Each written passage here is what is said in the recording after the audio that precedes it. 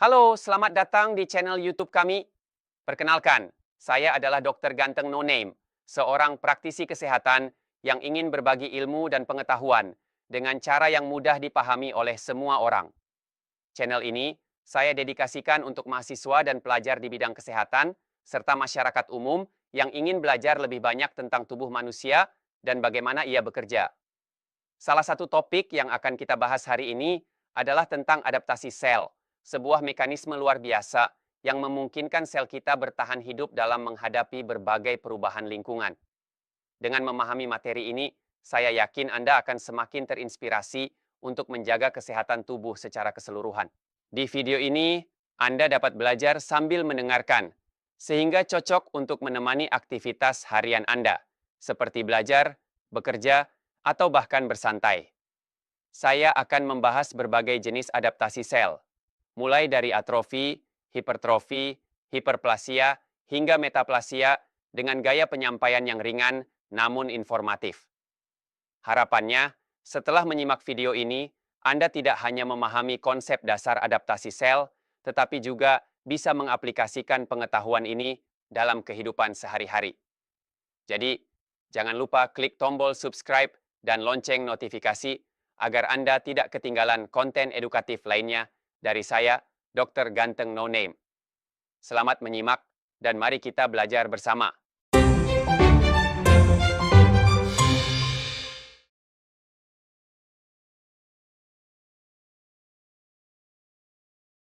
Adaptasi sel merupakan respons yang dilakukan oleh sel terhadap berbagai perubahan yang terjadi, baik dari lingkungan internal maupun eksternal. Perubahan ini bisa meliputi variasi suhu, tekanan osmotik, keasaman, hingga paparan bahan kimia atau radiasi. Dalam menghadapi kondisi tersebut, sel akan menyesuaikan diri dengan cara-cara tertentu guna mempertahankan fungsinya agar tetap optimal. Proses adaptasi ini sangat penting, karena jika sel tidak mampu menyesuaikan diri, maka kelangsungan hidupnya akan terancam, yang pada akhirnya dapat berdampak pada kesehatan organisme secara keseluruhan. Menariknya, adaptasi sel dapat bersifat reversibel atau irreversibel, bergantung pada jenis dan intensitas rangsangan yang dihadapi. Adaptasi reversibel adalah ketika sel mampu kembali ke keadaan semula setelah rangsangan dihilangkan, misalnya dalam bentuk pembesaran ukuran sel sementara sebagai respons terhadap stres fisik. Namun, dalam beberapa kasus, sel dapat mengalami adaptasi irreversibel, di mana perubahan yang terjadi bersifat permanen dan tidak dapat dipulihkan. Contohnya adalah fibrosis atau penggumpalan jaringan parut yang terjadi setelah kerusakan serius. Dengan demikian, adaptasi sel menjadi mekanisme vital dalam menjaga keseimbangan tubuh dan mendukung proses kehidupan. Adaptasi sel memiliki beberapa jenis utama yang dapat terjadi sebagai respons terhadap perubahan lingkungan atau stres. Salah satu jenis adaptasi adalah atrofi, yaitu pengecilan ukuran sel akibat berkurangnya beban kerja atau suplai nutrisi. Contohnya, otot yang tidak digunakan dalam waktu lama akan mengalami penyusutan karena kurangnya aktivitas fisik. Selain itu, ada juga hipertrofi, yaitu pembesaran ukuran sel sebagai bentuk penyesuaian terhadap peningkatan beban kerja.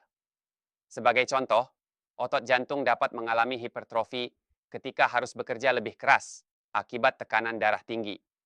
Kedua jenis adaptasi ini menunjukkan bagaimana sel mencoba mempertahankan fungsinya dengan mengubah ukurannya sesuai kebutuhan. Selain atrofi dan hipertrofi, terdapat pula hiperplasia dan metaplasia sebagai bentuk adaptasi lainnya. Hiperplasia adalah peningkatan jumlah sel dalam suatu jaringan yang seringkali terjadi sebagai respons terhadap stimulasi hormon atau kebutuhan fisiologis. Misalnya, pertumbuhan jaringan payudara selama kehamilan merupakan bentuk hiperplasia untuk mempersiapkan produksi ASI. Di sisi lain, metaplasia adalah perubahan reversibel dari satu jenis sel menjadi jenis sel lain yang lebih tahan terhadap kondisi tertentu. Sebagai contoh, sel epitel di saluran pernapasan dapat berubah menjadi sel squamosa sebagai respons terhadap paparan asap rokok dalam jangka panjang. Keempat jenis adaptasi ini menunjukkan betapa dinamisnya sel dalam menyesuaikan diri demi menjaga kelangsungan hidup organisme. Kita bahas lebih dalam tentang jenis-jenis tadi. Yang pertama, atrofi. Atrofi adalah kondisi di mana sel mengalami penurunan ukuran dan fungsi, yang biasanya terjadi sebagai respons terhadap berbagai faktor pemicu. Penyebab atrofi bisa bervariasi, mulai dari penurunan beban kerja, iskemia, atau berkurangnya aliran darah ke jaringan, malnutrisi, hingga proses penuaan yang alami. Ketika sel tidak mendapatkan nutrisi atau rangsangan yang cukup untuk menjalankan fungsinya, mereka akan mulai menyusut sebagai bentuk adaptasi. Proses ini dapat bersifat reversibel jika penyebabnya dihilangkan. Namun dalam beberapa kasus, atrofi dapat menjadi permanen dan memengaruhi fungsi organ secara keseluruhan. Sebagai contoh, atrofi sering terlihat pada otot yang tidak digunakan dalam waktu lama akibat imobilisasi, seperti pada pasien yang menjalani tirah baring atau cedera yang membatasi pergerakan. Karena otot jarang digunakan, sel-sel otot secara bertahap akan mengecil dan kehilangan kemampuan kontraksinya. Hal ini menunjukkan bahwa aktivitas fisik sangat penting untuk menjaga kesehatan dan fungsi otot. Dengan demikian, atrofi bukan hanya sekadar perubahan ukuran sel, tetapi juga mencerminkan dampak dari kurangnya stimulasi atau sumber daya yang dibutuhkan oleh tubuh untuk mempertahankan fungsi normalnya. Selanjutnya, hipertrofi.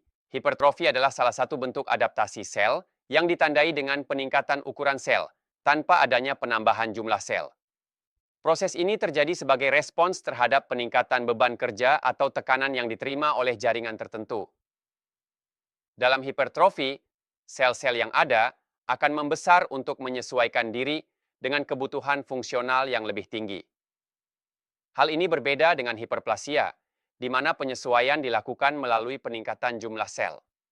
Hipertrofi seringkali menjadi mekanisme kompensasi tubuh untuk menjaga fungsi organ agar tetap optimal meskipun dalam kondisi stres atau beban tambahan. Mekanisme yang mendasari hipertrofi melibatkan peningkatan sintesis protein dan organel di dalam sel. Ketika sel mengalami hipertrofi, mereka akan meningkatkan produksi komponen-komponen struktural seperti protein kontraktil, mitokondria, dan retikulum endoplasma sesuai dengan kebutuhan metabolisme dan fungsinya. Misalnya, pada otot jantung, ketika seseorang mengalami tekanan darah tinggi, jantung harus bekerja lebih keras untuk memompa darah ke seluruh tubuh. Akibatnya, sel-sel otot jantung mengalami hipertrofi untuk mengimbangi beban tambahan ini. Namun, jika kondisi ini berlangsung terlalu lama, hipertrofi dapat menjadi faktor risiko bagi gangguan kesehatan lainnya, seperti gagal jantung. Contoh nyata dari hipertrofi dapat dilihat pada hipertrofi otot jantung akibat tekanan darah tinggi. Pada kasus ini, otot jantung membesar sebagai respons terhadap peningkatan tekanan yang harus diatasi saat memompa darah. Meskipun awalnya bertujuan untuk mempertahankan fungsi jantung, hipertrofi yang berkepanjangan dapat menyebabkan perubahan patologis yang merugikan. Oleh karena itu, penting untuk memahami bahwa hipertrofi bukan hanya sekadar penyesuaian fisiologis, tetapi juga bisa menjadi indikator adanya masalah kesehatan yang memerlukan penanganan lebih lanjut. Dengan demikian, hipertrofi merupakan mekanisme adaptasi yang kompleks dan memiliki implikasi signifikan bagi kesehatan tubuh secara keseluruhan. Berikutnya adalah hiperplasia. Hiperplasia adalah bentuk adaptasi sel yang ditandai dengan peningkatan jumlah sel pada suatu jaringan. Adaptasi ini terjadi ketika sel-sel di dalam jaringan mengalami pembelahan lebih cepat sebagai respons terhadap rangsangan tertentu. Namun, hiperplasia hanya dapat terjadi pada jaringan yang memiliki kemampuan untuk membelah, seperti jaringan epitel atau jaringan ikat. Proses ini berbeda dengan hipertrofi, di mana penyesuaian dilakukan melalui peningkatan ukuran sel tanpa meningkatkan jumlahnya. Hiperplasia merupakan mekanisme penting dalam tubuh karena seringkali membantu memenuhi kebutuhan fisiologis atau melindungi tubuh dari kondisi tertentu. Hiperplasia dapat bersifat fisiologis atau patologis, tergantung pada penyebab dan konteksnya. Sebagai contoh, hiperplasia fisiologis terjadi secara alami sebagai bagian dari proses tubuh yang normal. Salah satu contohnya adalah pertumbuhan endometrium pada dinding rahim selama siklus menstruasi, di mana sel-sel endometrium membelah untuk mempersiapkan kemungkinan kehamilan.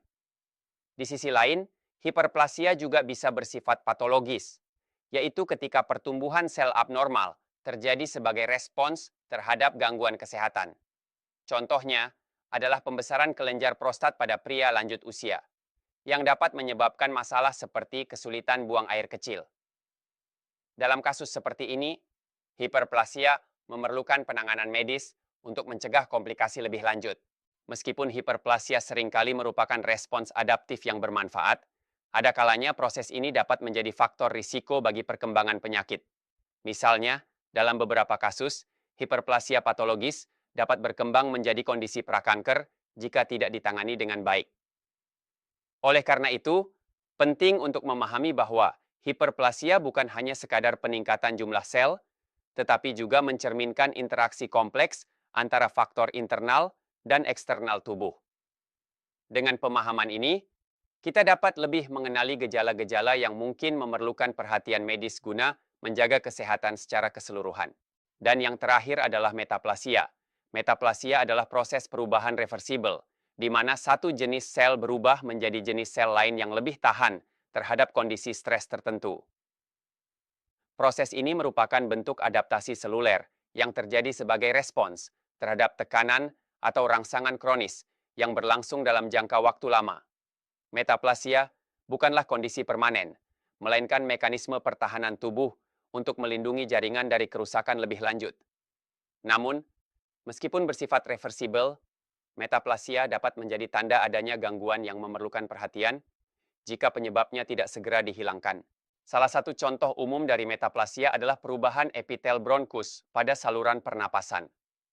Pada individu yang terpapar asap rokok dalam jangka panjang, epitel silindris bersilia yang biasanya melapisi saluran udara dapat berubah menjadi epitel squamosa.